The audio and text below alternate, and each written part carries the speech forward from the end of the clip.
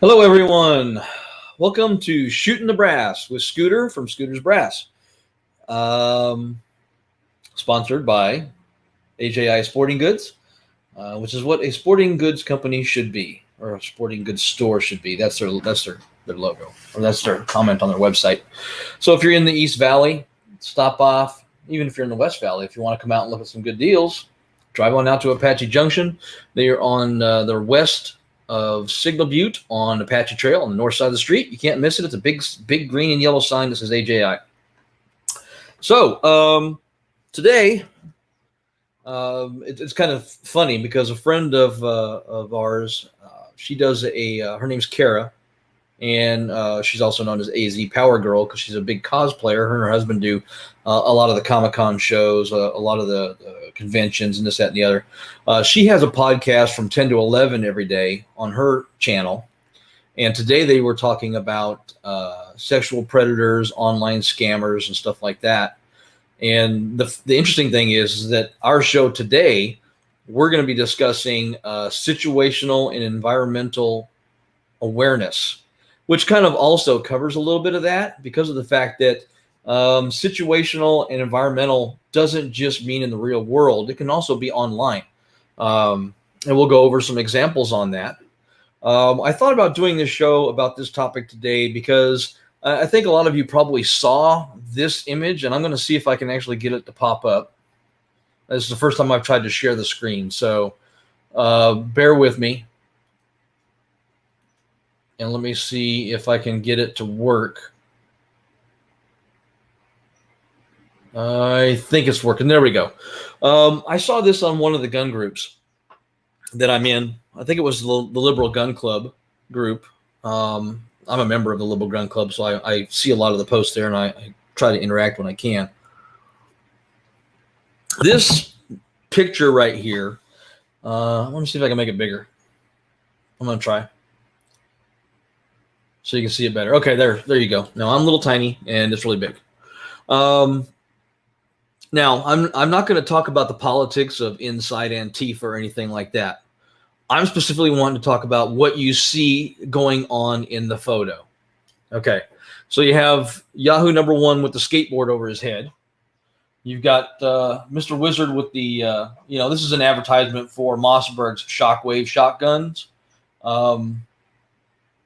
They're actually decent shotguns. They're just hard to handle because they have no buttstock. So you have to have a really good grip on the handle.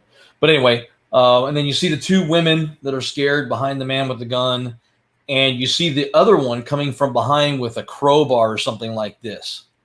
This right here, to me, is a total lack of situational and environmental awareness. Why is nobody paying attention to what's coming behind them when they are out in an open position or an open area? Now, like I said, I'm not going to go into the politics of the Antifa or any of that kind of crap because honestly, I think it's just media hype for all of it. The people that are causing damage at riots and stuff like that are rioters, okay? They could be right-wing, they could be left-wing. I don't give a shit. They're still breaking the law, so punish them all for that. But anyway, so we have this right here where this guy is coming at him with a skateboard. Now, I don't know if that would necessarily require pulling a shotgun. Why would he be carrying a shotgun out in the wild like that anyway? It's not like he's at home defending his home. It doesn't look like a home. And that could just be me. To me, it doesn't look like at home. It looks more like it's some sort of a business, maybe. So why is this guy running around with his family with a Shockwave shotgun in his hand like that? Okay, so that's one of the first things. But the second thing is we as people. Let me see if I can get this back to normal. Okay, there we go. Why would we put ourselves in a specific position knowing that it could be a problem? Okay, there's a couple of reasons for that. Either you're an adrenaline junkie and you want to be at the center of something like this and, I don't know, do something, live out some sort of fantasy or whatever. But that's the thing. Why would you go into a dangerous situation, knowing that there's a high probability of something happening and not being situationally and environmentally aware of your situation. Point in fact, let's start from the beginning. It wasn't too long ago where a kid ended up getting a firearm, a AR-15, I think it was, that was bought for him by a friend because he's not legally old enough. And I'm sure most of you know who I'm talking about. I think his name's Kyle Rittenhouse. And in the Wisconsin, I think it was Wisconsin, there was riots going on, and they had a bunch of people with firearms that were protecting somebody's establishment. Okay, so you're protecting this establishment. Why would the kid go off by himself? This is where the trouble really started for Kyle, was he left the safety of a group in the middle of a riot and forged off by himself, alone.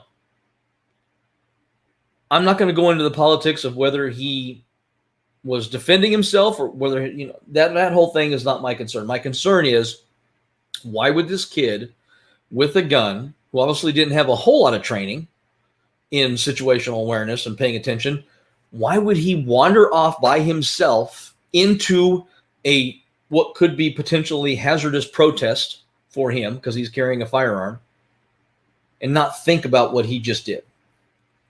If he would have stayed with the other folks in a group situational format, there would have not been, was there 2 dead, 3 dead, 1 wounded? That would have not happened.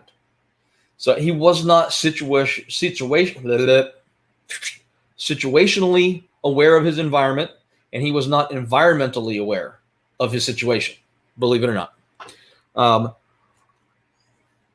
And we see that it's not just a in-person type thing also, it's also online.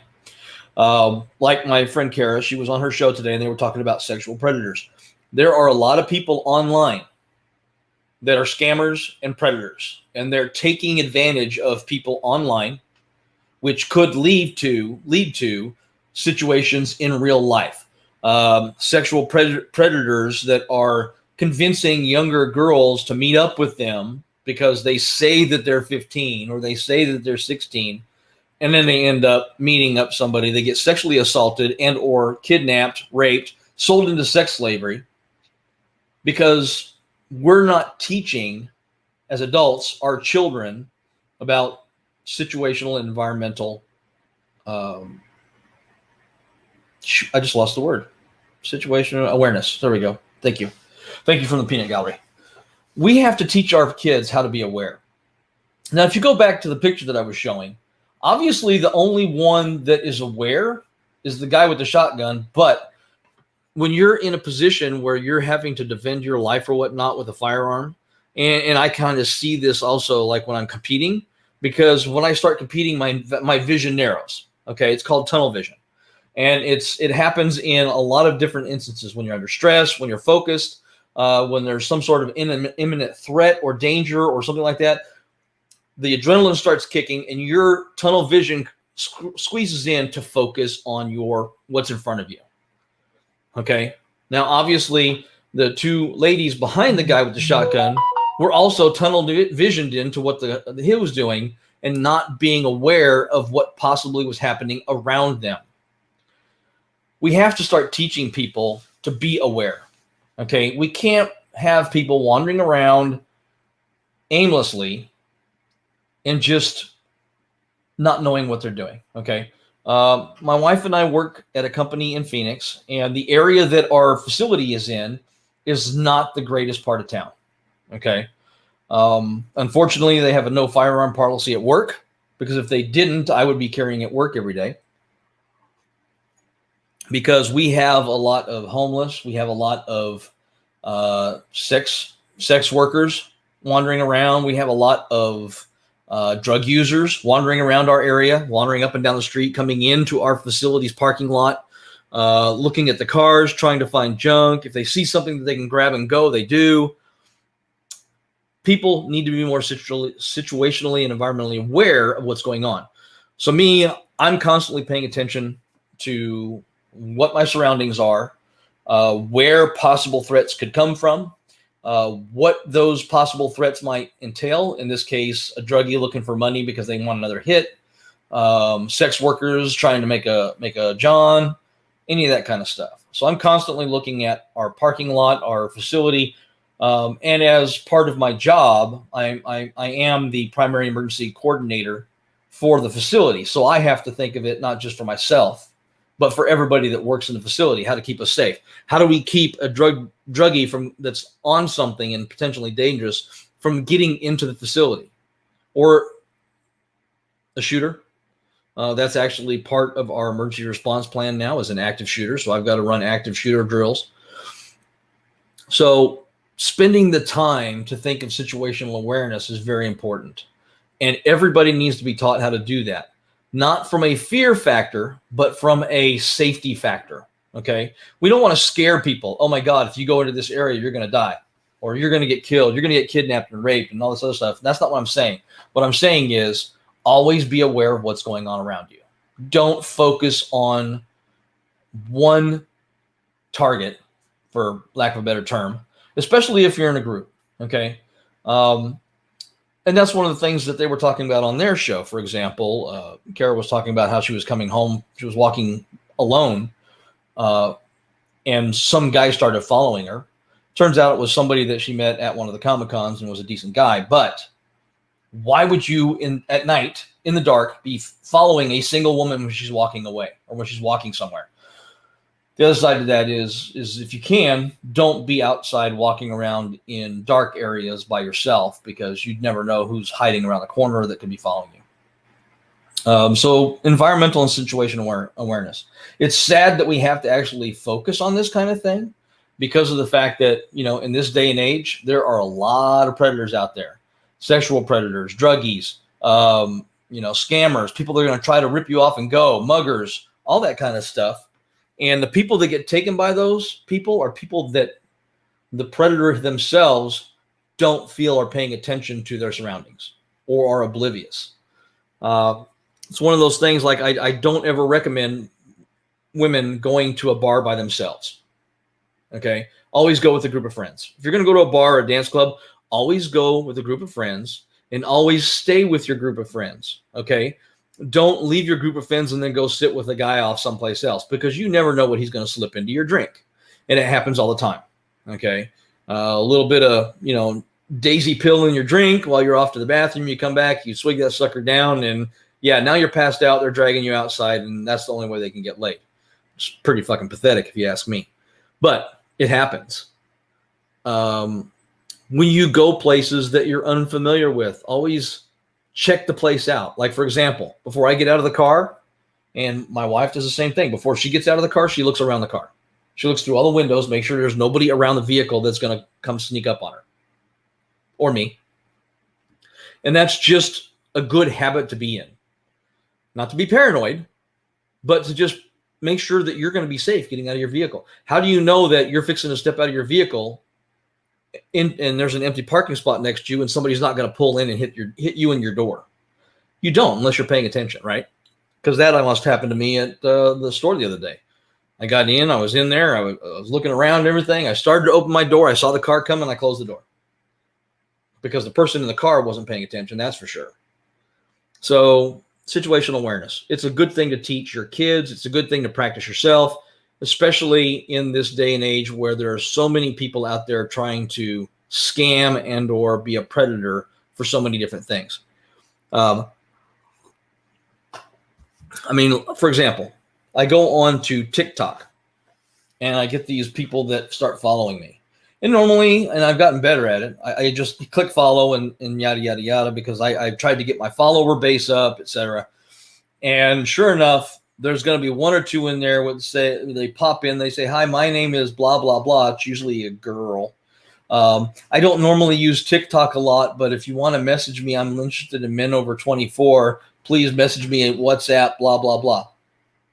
You can't go anywhere these days and use any platform that is a public platform without somebody trying to scam you, because those are the ones that are usually overseas. They're going to start talking to you in WhatsApp and give you some sort of a sob story. Pretty soon they're going to be trying to get you to send them money, or they're going to try to get you to cash a fake money order and wire them the money. Because once you do that, once you cash it yourself and wire them the money, you're fucked.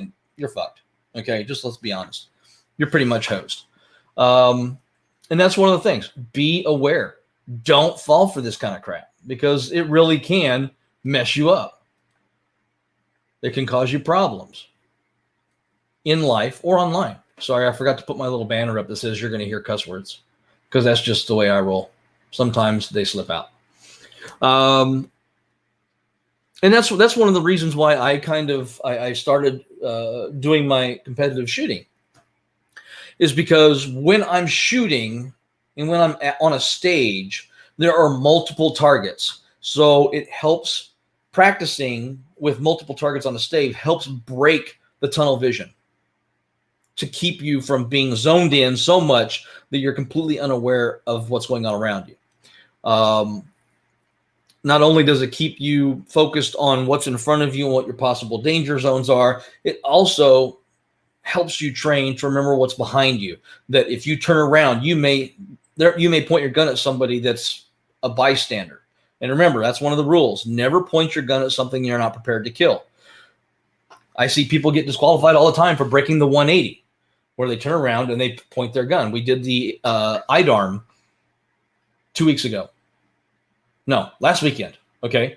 And I saw one of the range officers, for example, that he was running a stage, or he was in the stage, because the range officers were doing their stages when there was a break from the regular squads that were shooting.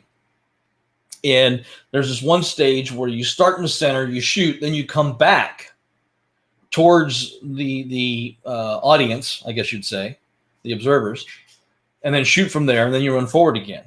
And he ran the stage twice, and both times he spun around with his rifle, broke the 180. And this was a range officer. This is the one that's supposed to be paying attention to your safety on the range. Broke the 180 twice on the same stage. And then I saw another guy who had a guy following him with a camera. And as soon as he finished that center part, he turned around, he pulled his gun and was holding it behind him like this and ran backwards while his cameraman was still standing where he had stopped at. So his gun was pointing at the legs of the guy that was filming for him. There's a lot of situational awareness and environmental awareness things that people need to pay attention to. And competition shooting helps you work on those kind of things. When we go out someplace, like if we go to the movies, go dinner or movie, we do that sometimes. We usually try to do a dinner or movie date night type thing once a month, where we'll go out and we'll do something together. And but it's usually at night, so it's dark. In which case, I'm always paying attention to what's going along in the parking lot, because when you're in these big parking lots, you don't know who's hiding behind the next car over or who's wandering around. So I pay attention to that kind of thing quite a bit. It's very important, okay, just for the safety aspect. So let's go back to Kyle Rittenhouse, and let's talk about what he should have done. Number one, he shouldn't have been there. He was underage. He had an illegally obtained firearm in a different state. He had crossed state lines. He shouldn't have been there, okay? He should have stayed home. The second thing he could have done once he went anyway was number two, don't be armed. Because the reason that, at least from looking at the video, the ones that I saw, all the videos that I saw, after the first person he shot, as he's walking down the street, nobody was bothering him until somebody started screaming about he shot somebody, and then people started to attack him. So he was walking safely, even with the gun, through protesters without incident. Okay? He should have not left the area where they were guarding. Okay? Him and the other guys that were guarding the property, they should have all stayed together. He should have never walked off on his own. If he was trying to get home and wanted somebody to come pick him up, he should have had them come there. That was another mistake. Okay. Tragically, people lost their lives. And I think it's still in the courts. I don't think they've actually started going through the process of actually having the trial yet. But that's the thing. if you're so eager to do something like this that you don't pay attention to your surroundings and don't use common sense, and I know common sense isn't very common anymore, because this is the time of Call of Duty and all these other different video games that, I'm not saying that the video games are bad. I'm saying that the people that play the video games and then get these fantasies in their heads, those are the ones that are bad. It's just like gun control. Gun control doesn't work. These common sense gun regulations won't work because your criminals are not going to follow them. Pointing example, I think it was yesterday in Denver. They arrested 4 people. Let me see if I can bring up the article. Okay, yeah. So they arrested 4 people at the Maven Hotel because police feared a Las Vegas-style shooting during the All-Star game in Denver. Okay. These are people that they found, I guess it was a tip from somebody that works at the hotel, a housemaid or whatever that went in to actually maybe clean up or whatnot. Saw firearms, ammunition, body armor, and stuff like that. The housekeeper was working at the hotel, and it wasn't that far from Coors Field where they're having the game. So they feared, after they found out about this and they went and they made the arrests and everything, that this was going to be another Las Vegas shooting. And there's a lot of things I have a problem with when it comes to concern stuff like this, and I'll explain it as we go. So the hotel employee who was cleaning the room and everything found more than a dozen weapons and more than 1,000 rounds of ammunition. Now, 1,000 rounds of ammunition and a lot of weapons, that kind of describes almost every single competitive shooter out there. Okay. I think that, there we go. Let's see if I fixed it. My video was paused because I was looking at a different screen. Anyway, like I said, you got competitive shooters that make their own ammo. They normally have that much ammo. But the key here is that they had that much ammo, that many firearms, and body armor in a hotel. Okay, who travels with that kind of stuff? Usually for matches, especially the big ones. They usually ship their ammo to the match, so they're not trying to carry it through either via vehicle or on planes and stuff like that. They will actually ship their ammo to a local dealer, FFL, and like at Rio Salado where I shoot, the gunsmith there on property for Superstition Mountain Mystery 3 gun, people send their ammo to him, and then when they come in, they can pick it up there. So there's no real reason to be in a hotel with 1,000 rounds of ammunition, 16 long guns, and body armor, unless you're planning on doing something bad, in which this case, I'm kind of thinking that there was definitely some nefarious intent here. So that being said, why would you want to put yourself into a situation where you would be in a big-ass crowd where somebody could do something like this? I used to work concerts, outdoor events and stuff like that, doing lighting and sound and everything when I worked professionally in the movie business out in California. And one of the things that was really key to me was we were called in to do the lighting. It was, I think, just after the LA riots, the Rodney King thing. George H.W. Bush, George 1.0, came out and did a pretty massive press conference in a park. And this park, they estimated, whenever everybody was there, was about 15,000 people in this park listening to the president speak. Now, in preparing for something like this, I dealt a lot with Secret Service because they always come in, they run background checks on everybody that's going to be working there, and which is probably not a bad idea. You have to get specific credentials to be on the property. You're constantly being monitored by Secret Service, and I can tell you, up until the president leaves, they have no sense of humor. Okay, when they're preparing for the president, and while the president's there, they are all business, totally all business. So we did the lighting and everything. He did his speech and everything. They put him in the limos, and he took off, and that kind of thing. And that's when the Secret Service guy that was with our group, that was monitoring our group, started joking around with us. And it was kind of funny because he had a really good sense of humor. He was hilarious after the president left. But you don't get a position like his by being joking around when you're preparing and while the president's there speaking. You're a hard ass. But he started joking around with us and everything. And so one of the guys on the crew said, look, just out of curiosity, how many people in this group of 15,000 that was here today would be allowed to die as long as the president was safe? And they actually have a term for that, which is called breakage. At least that's what he called it. So we call it breakage. He said 35% of the crowd could be taken out as long as the president survived.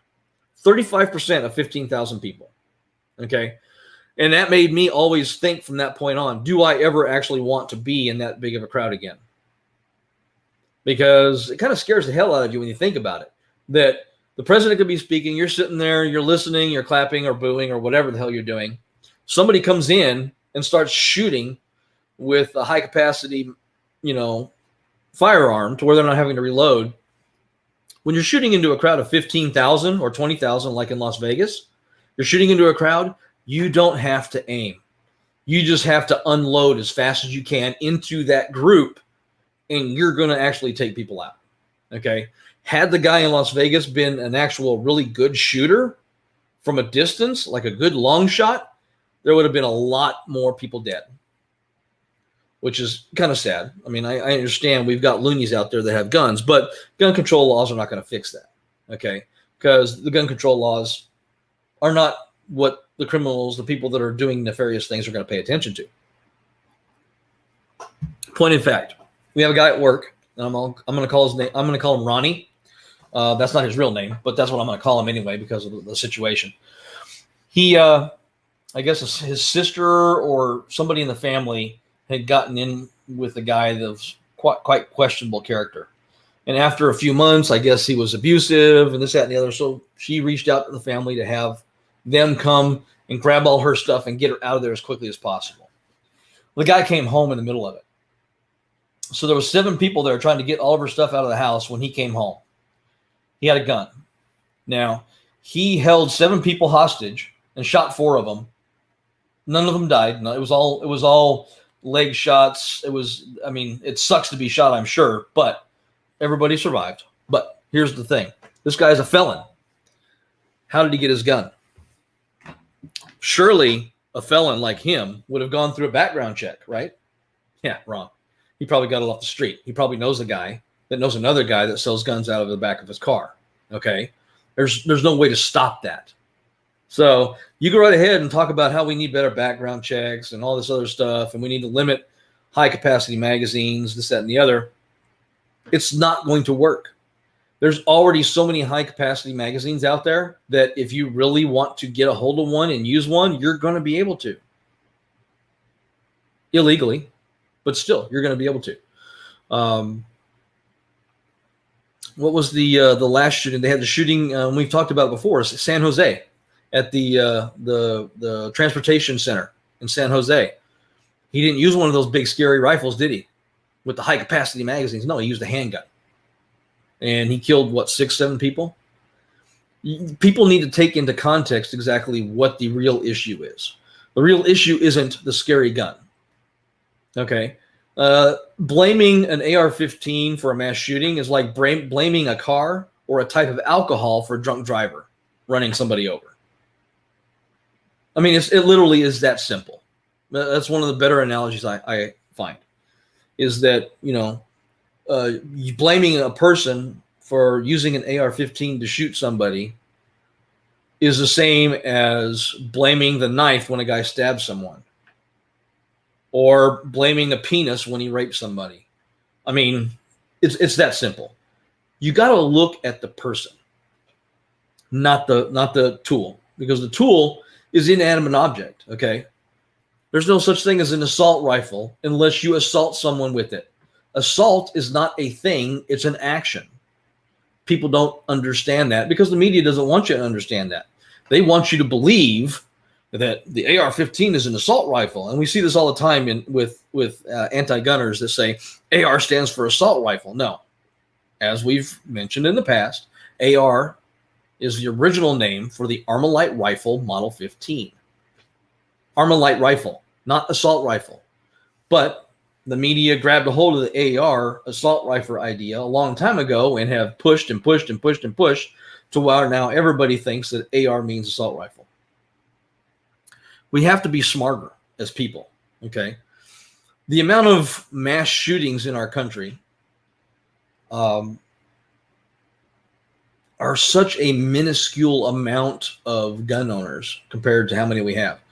You know, we've got 372 million people in the United States. About 40% of them are gun owners, and there's over 370 million guns in the United States already sold. Okay, so you figure you're averaging people probably have 3-4 guns each. A lot of people will. I have slightly more than that because I use them for different matches. So I have to have, for example, the IDARM, I use my 308. For 3-gun or 2-gun, I use my 223. I've got shotguns for different types of tactical shotgun matches. I've got 2 different handguns that I use depending on what type of handgun match it is. If it's a steel match, I might use my 45. Whereas if it's paper and steel and plates, I might use my 9mm. It's just one of those things. Now, I'm not a criminal. I've never been arrested in my life. I've never violated any kind of federal gun laws or any kind of gun laws at all. I've never drawn down on somebody because I think that's the stupidest thing you could do unless you have no actual option. I am your average gun owner. I mean, literally.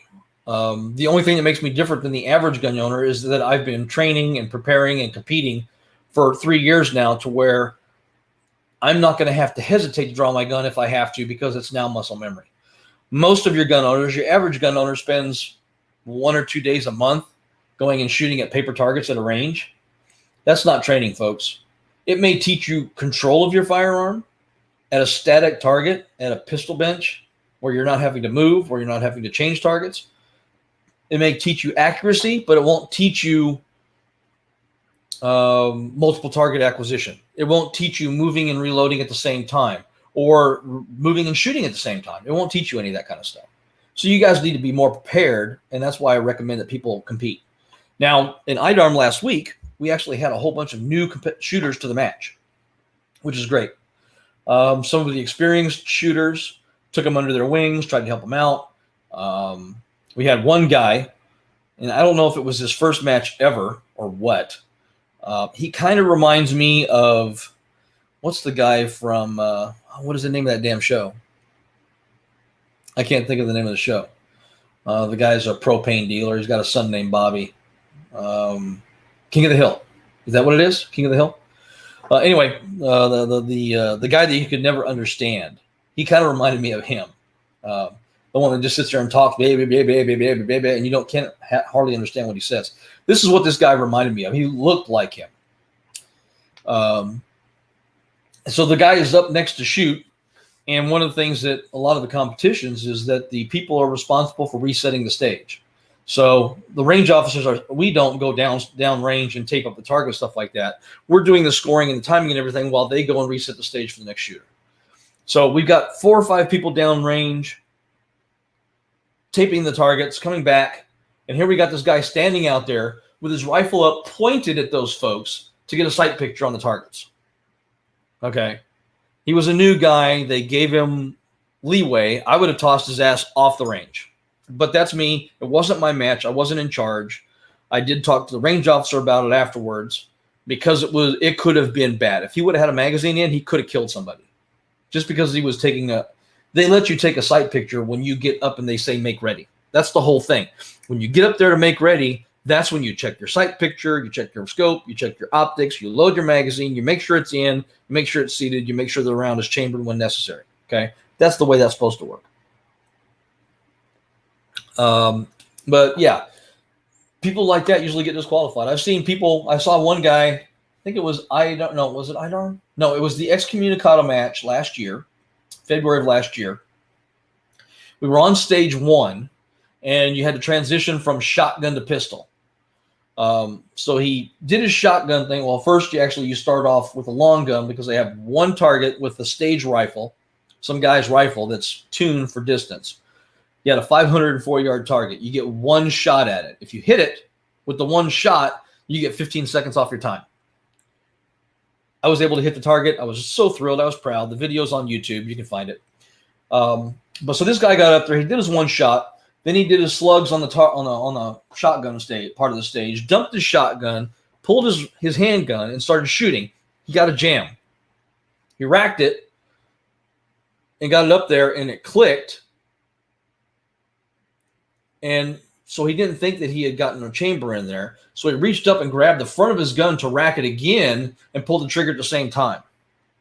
And the round went off, and he's lucky he didn't take his pinky and his ring finger off, because he could have shot himself right then and there. They DQ'd him, which they should have, because that was a very, very irresponsible thing to do.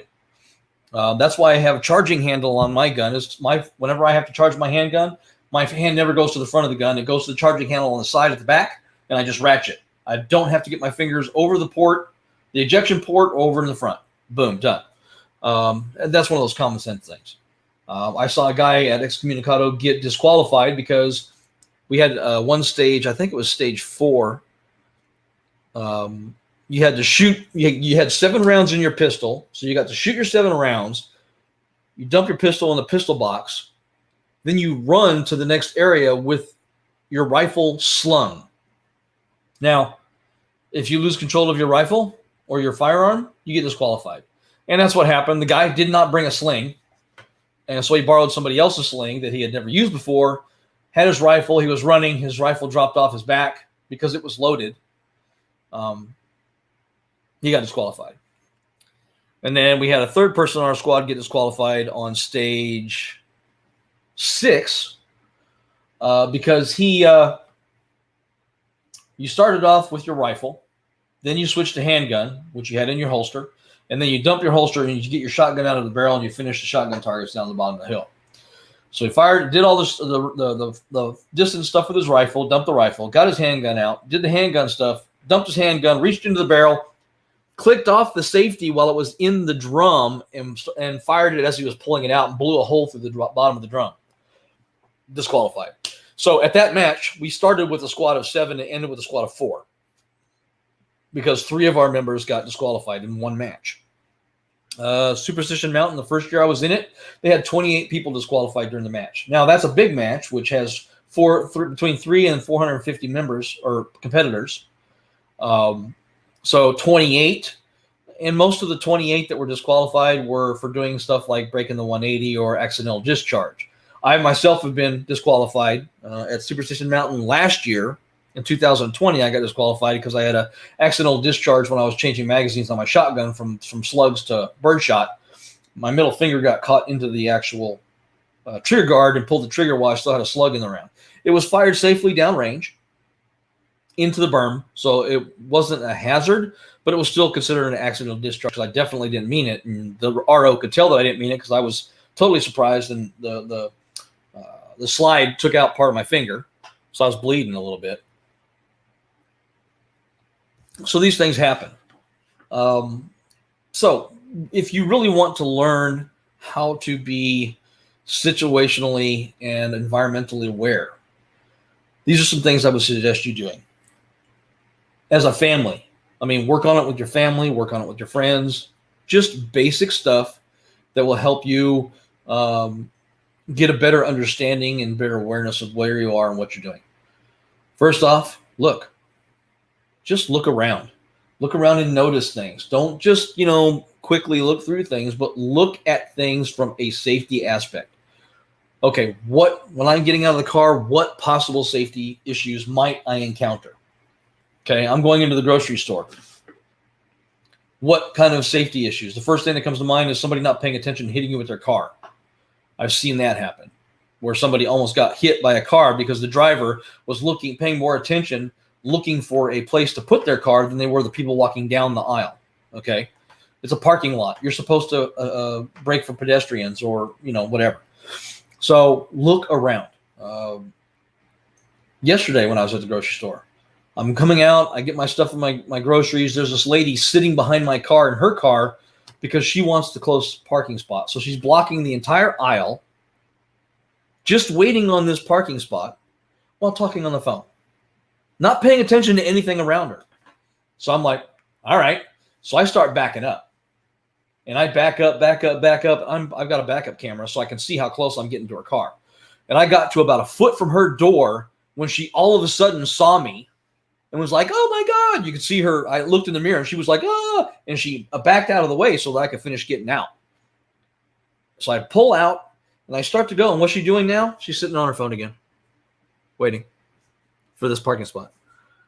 Okay, she's going to be the cause of an accident, or she's going to be the victim of an accident because she's not paying attention to what's around her. That's another thing. Number 2, get off your damn phones. I see this every day. People walking around, looking at their phones, staring at their phones. They're walking down the streets. They're trying to cross the street. They're looking at their phones. Stop it. You're going to get yourself killed, and you're going to make somebody guilty and traumatize them a lot for life for hitting you when you are being stupid as hell. Okay? Put the fucking leash away and pay attention to your surroundings. Pay attention to what you're doing. Don't ride your bike on your phone. Don't walk down the street on your phone. Don't walk through a facility with hazardous chemicals in it on your phone. That's one of the worst things about cell phones these days. Excuse me. Is that people are so glued to them now that they don't pay attention to the basic things. I watched a guy at work this week walk into a ladder because he was on his phone. How stupid can you be to do that kind of shit? So put the phones down. Okay. The times where you should be using your phone is when you're in a safe environment. Okay. If you're riding the bus, okay, be on your phone. But also remember that somebody, if you're not paying attention, may want to get off the bus. And as they're getting off the bus, just before the doors close, they might snag your phone and run out the door. Okay. So you might want to be a little bit more, pay more attention to your surroundings when the stuff like that. So look up from your phone when the bus stops and wait until everybody's gone before you start playing on your phone again. At work, not a good place. Home, in the car, if you're not driving. Okay. If you're in the passenger seat or in the back seat of the car and you're driving around and doing stuff, that's fine. But if you're driving the car, put down the fucking phone. You're going to kill somebody, including yourself, or you're going to maim somebody else and you're going to survive. And you're the one that was stupid. Parking lots. When you're walking through parking lots, get off your damn phone. When you're in the grocery store, get off your damn phone unless you're actually not moving and using it. Because I saw a lady that was actually at the store yesterday who had some sort of a weird thing, and she had her phone on here. And you could tell she was actually doing that Fry's coupon thing. But she wasn't moving around. She wasn't moving her cart around. She was paying attention. She was just using her phone. And then she'd put something in the cart and she'd do this number. She was paying attention. Okay. So put the phone down. All right. If you don't need to be glued to that damn thing all the time. Number 3, parking lots, street corners. When you're crossing the streets, even if you're in a car at a light, pay attention. Look both ways before you cross the street. You remember that old adage? Most of us old folks know what that is. We were going to work. We get off the freeway and we have this light that we stop at under the bridge or under the freeway. It's 19th Avenue and the 19th Avenue exit, westbound. That intersection is notorious for people coming off the freeway and turning right without even slowing down. They never slow down. They never stop. They just flip right around that corner. You know, the whole thing about the law is you're supposed to actually stop before you proceed on a right turn, unless there is a green arrow for the right side, right? Yeah, well, this corner, yeah, they're just constantly they don't even slow down. They barely slow down when they go around that corner, just all the time. If somebody's trying to walk across the street, they're looking to see if anybody's coming while they're turning, and they're going to run into somebody. So crosswalks, streets, parking lots where there's heavy moving machinery, try to stay away from those.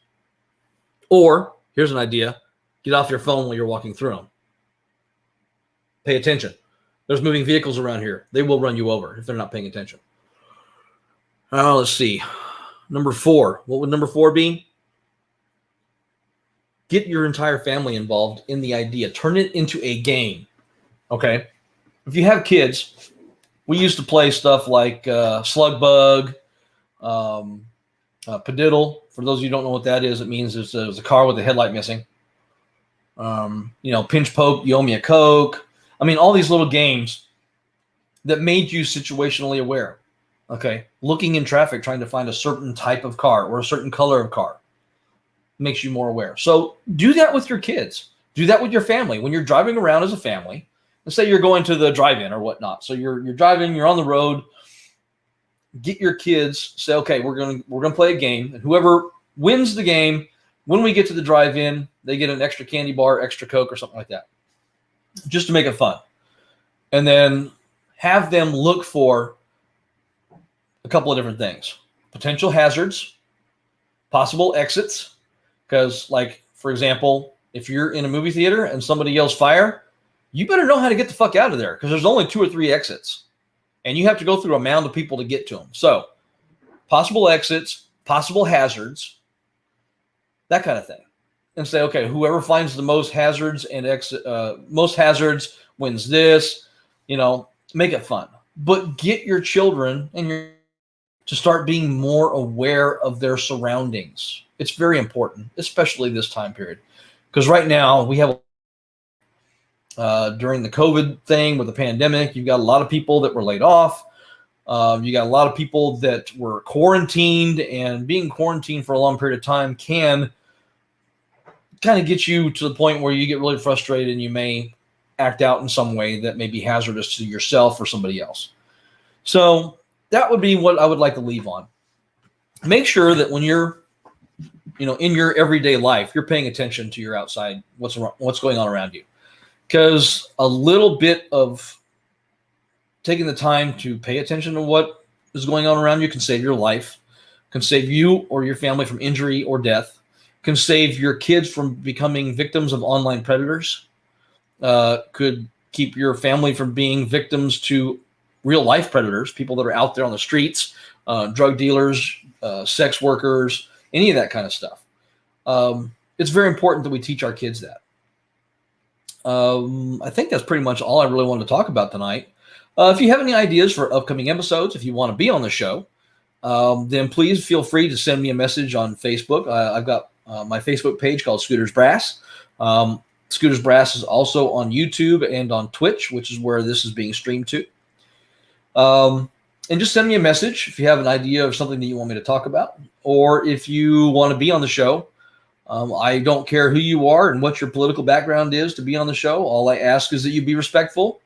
We don't call people names on this show. We don't argue with each other like kids. We have discussions. Okay, we're gonna go that route where we have adult discussions. So yeah, if you want to be on the show, if you want to talk about stuff like that, please let me know. I'll be more than happy to put you on here. I can have 9 other people on the show with me at the same time. So there's plenty of room for people that want to get on the show and talk. A shout out to my friends over at Second Amendment Ranch.